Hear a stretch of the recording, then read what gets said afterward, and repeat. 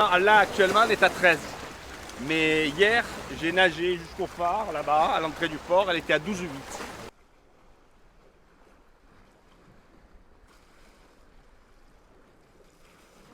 Les bienfaits, c'est sur la santé mentale et sur la santé physique. Sur la santé mentale, quand on nage dans l'eau froide, quand on sort de l'eau, on a une sensation de bien-être qui est liée à la sécrétion d'endorphines.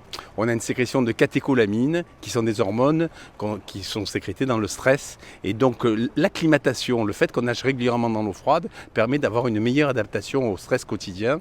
Et pour terminer, sur la santé mentale, lorsqu'on nage dans l'eau froide, on a une sécrétion de neurotransmetteurs qui sont la dopamine et la sérotonine, qui sont des neurotransmetteurs antidépresseurs. Donc ça a une action aussi sur l'humeur. Et au niveau de la santé physique, ça a des effets cardiovasculaires, sur les facteurs de risque cardiovasculaire, ça diminue la tension artérielle, le taux de triglycérides. Ça diminue aussi l'insulinorésistance, c'est-à-dire les prémices du diabète de type 2. Et ça agit aussi sur l'immunité. C'est un booster de l'immunité. C'est vrai que les nageurs en eau froide font moins d'infections hivernales ORL et pulmonaires et elles sont moins graves. Les risques, c'est le stress thermique. Quand on s'immerge dans l'eau froide, on a un risque de tachycardie, d'accélération de rythme respiratoire et de panique respiratoire qui peut amener à la noyade.